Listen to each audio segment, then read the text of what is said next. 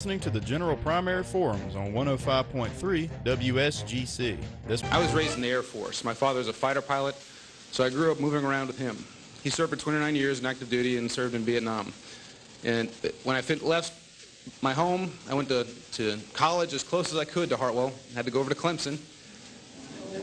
Spent 4 years over there and got my degree. All right. I'm sorry. In 2003, when I finished law school, I moved back to Hartwell. I studied for the bar there, and when I passed the bar, I was unable to get a job at the local DA's office. I was offered an unpaid internship, so I had to go down to Augusta, where I worked for 3.5 years for Danny Craig. Danny Craig is a personal hero of mine. In that time working for Danny, I was brought up under his guidance, and I got to handle over 700 felony cases in that time. The year before I left the DA's office, I tried 5 murders. In 2007, I felt a call to arms and joined the United States Navy as a JAG. I served 4 years honorably in the United States Navy, where I was a defense counsel for sailors, Marines, and Coast Guardsmen charged with violations of the Uniform Code of Military Justice. In 2010, I volunteered for deployment to Iraq, where I served with the Law and Order Task Force. We had a close relationship with Iraqi judges and prosecutors, and my job was the embedded liaison with our Special Forces client in the northern part of Iraq. I identified those insurgent cases with sufficient evidence to move them into prosecution in the Iraqi system. It was a great experience. In March of 2011, I left active duty, returned to the DA's office in Augusta. In the year time after April 2011 through this, right before I began running, I handled another 200 to 300 felony cases. I've taken 11 cases to trial, and I've gotten guilty verdicts in all of them, including 2 murder cases back-to-back in 2 weeks in October of last year. One of those was a double homicide. This is the quality of service I will bring to you.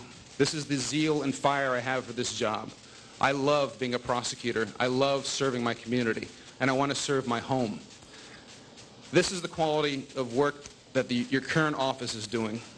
This is a list of 198 warrants that the Chief Judge of the Circuit was forced to dismiss because they sat in the Clerk of Court's office for over 4 years and no action taken by the DA's office to accuse or indict them.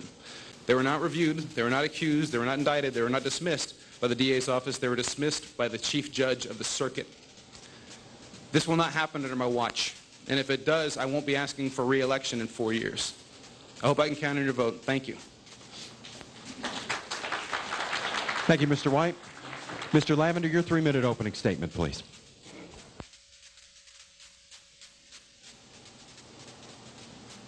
Thank you. I want to say thank you to the radio station, the newspaper, and the chamber for sponsoring this forum tonight. It's been my privilege to come before several of these forums. Most of you know me. I'm Bob Lavender. I was born and raised in Elbert County, attended the public school system here, went to the University of Georgia, graduated there undergraduate, graduated from law school in '75. After graduating from law school, I returned home to Elberton. Most of my class went to Atlanta or the metro areas, but I wanted to come back to Elbert County and raise my family here. I married my high school sweetheart, Phyllis Lavender, and we've been married for over 41 years. We have 2 children, Mark and Brad. Mark is a GBI agent, and he's stationed sort of where they tell him to go.